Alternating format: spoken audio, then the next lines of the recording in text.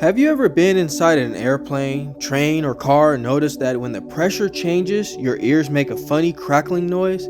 That sound is exactly your eustachian tube. This small tube, which connects to your middle ear to the back of your nose, plays an important role in helping you maintain a normal hearing experience.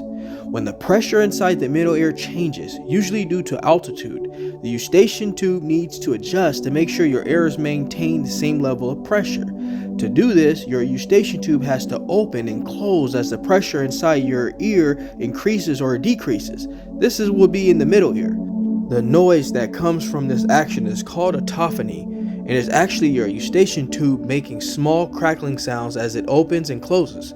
This pressure balancing act is necessary to protect our eardrums and keep them functioning properly. If the pressure remains off balance, it can lead to pain, hearing difficulties, and even ear infection. Thankfully, the eustachian tube works diligently to maintain equilibrium. So if you ever find yourself on an airplane, train, or car and hear a funny crackling noise, now you know it's coming from your eustachian tube working hard to keep your ears very safe. But what if this continues over a large portion of the time? What can you do about it? If you are experiencing crackling sounds in the ears due to eustachian tube dysfunction, well, you're not alone. Millions of people around the world struggle with this problem on a regular basis. Fortunately, there are ways to relieve the crackling sounds and heal eustachian tube dysfunction. Now, I want to give all the necessary actions to heal eustachian tube dysfunction. I'm going to be as most transparent and fair as possible.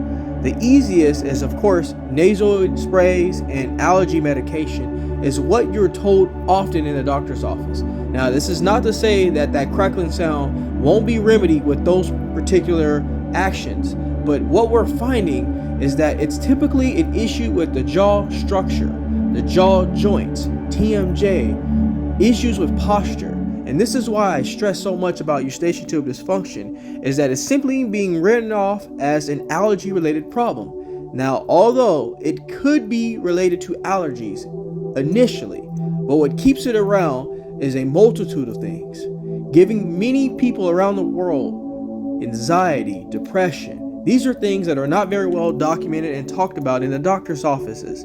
So now I wanted to tell you that in order to relieve that crackling sound and ease up some of that tension, is you have to get into the jaw. You have to massage the jaw muscles daily. You have to be very keen on where your posture is. Are you keeping your chin up? Are you keeping your body upright?